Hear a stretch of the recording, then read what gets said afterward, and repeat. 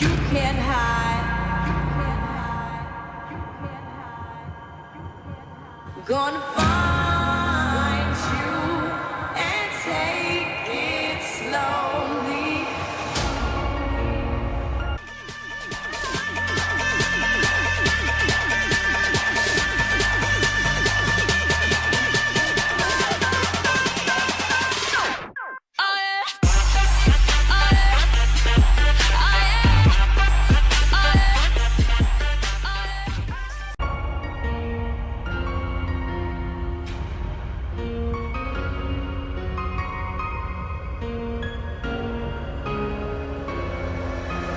Ready or not, here I come. You can't hide. Gonna find. E aí galera, BRS na área, hoje a gente vai falar aí do Honda Fit. O carrinho tá bacana demais. Ele tem Unichip, farolzinho de projetor, a roda é da Vossen. Esse carro aí foi mexido lá no Bruno Rock Rodas. Um grande abraço aí pro Bruno. Sonzinho bacana, de qualidade. DVDzinho da Pioneer Double Din. Na frente a gente colocou aí, a gente na verdade adaptou um 3 vias. O Twitter é da Ground Zero, a linha Urânio. Esse Twitter toca demais. O Mid Range, a gente tá usando aí um da MB Quart. E o Mid Bass também é da MB Quart. O crossover é um crossover da Focal Utopia número 7. A gente testou com esse crossover, o som ficou bem legal. Nobody knows me. I've always wanted it that way. No one controls me. O amplificador que está dedicado aí para a parte de voz é um Ground Zero, 4 canais.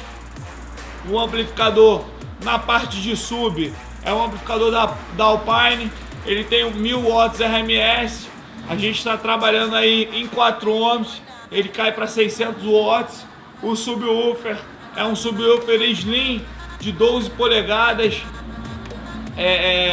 Ele trabalha numa caixa pequena, uma caixa dutada. Tem quase aí 40 litros. A gente colocou essa caixa dentro aí do buraco do step.